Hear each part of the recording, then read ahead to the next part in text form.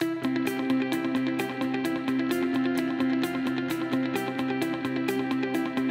ready for your daily dose of WordPress and web development tips, tricks, and insights to help you find success with WordPress. You're listening to WP the Podcast with your hosts, David Blackman and Tim Streifler.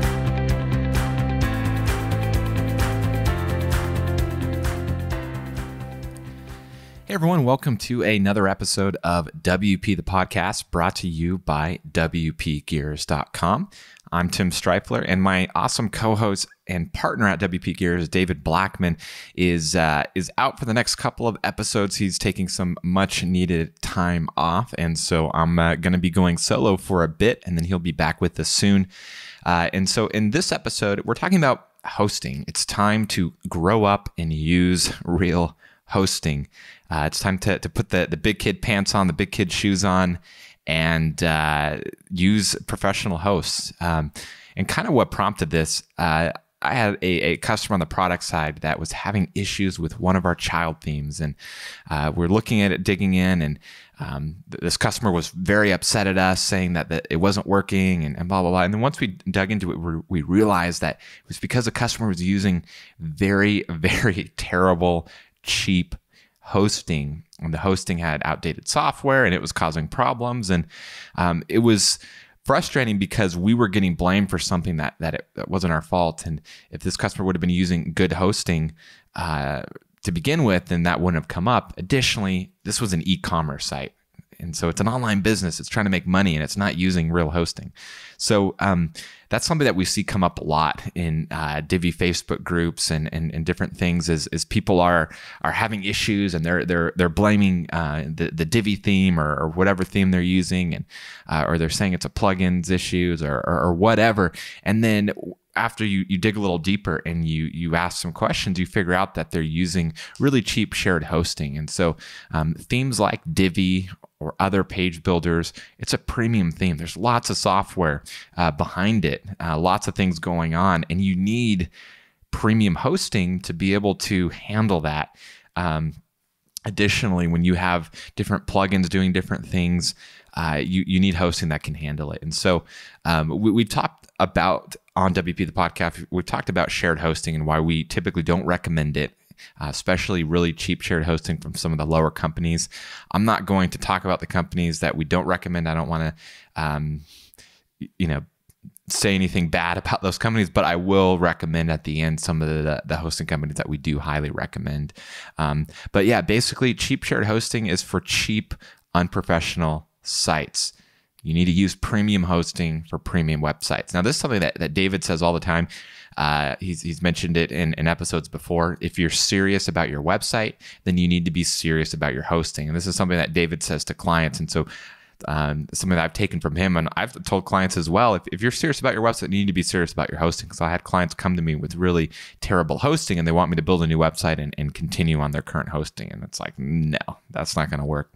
And so if your website is something, or your client's website is something that is for a business, they plan on making money, it's a serious thing. It's not just, a very side hobby, a personal blog that they don't really care too much about, then you need to have it on a real professional premium level host.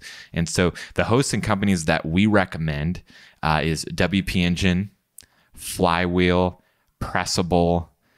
Those are our premium managed hosting companies. Also, Kinsta is really good, and Liquid Web. So those are kind of like the top WordPress hosting companies out there. So again, WP Engine, Flywheel, Pressable, Kinsta, and Liquid Web. So those are the companies that I recommend when it's a premium site and you can afford to spend a little bit more because it's for a business.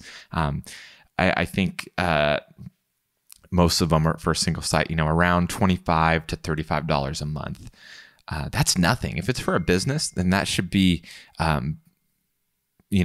peanuts compared to what the business can generate. Obviously, depending on where you are in the world, it's going to matter, and you might not be able to afford that, especially if you're just starting out. But it's something that you definitely need to work towards, because it's going to make a difference in your business. You need a host that you can rely on, that is going to be able to handle the tools that you're using. It's going to be able to keep your website live, even if other customers that they serve are getting a spike in traffic. You don't want to be affected by that. And so using a premium host that has caching built in, that has backups built in, all of those companies have some level of that built in. It's managed hosting. And so it's worth every penny. If you had a retail store, you wouldn't go and get the cheapest, most disgusting storefront possible. You would want something a little more upscale. You would want something that's going to represent your business well. It's going to look good. It's going to have a roof over your head that's not going to leak. You're not going to have pipes breaking on you. You're not going to have people breaking in, the equivalent of hacks. And so you need good premium hosting.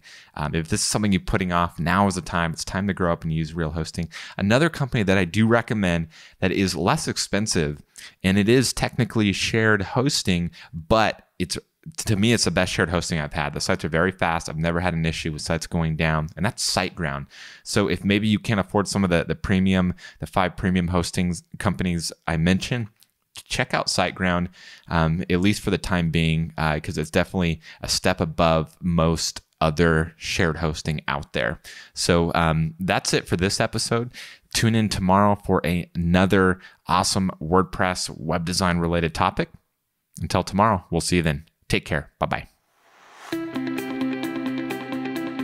We've come to the end of today's episode of WP the Podcast. Join us tomorrow for more daily tips and strategies designed to help you run your WordPress business towards success.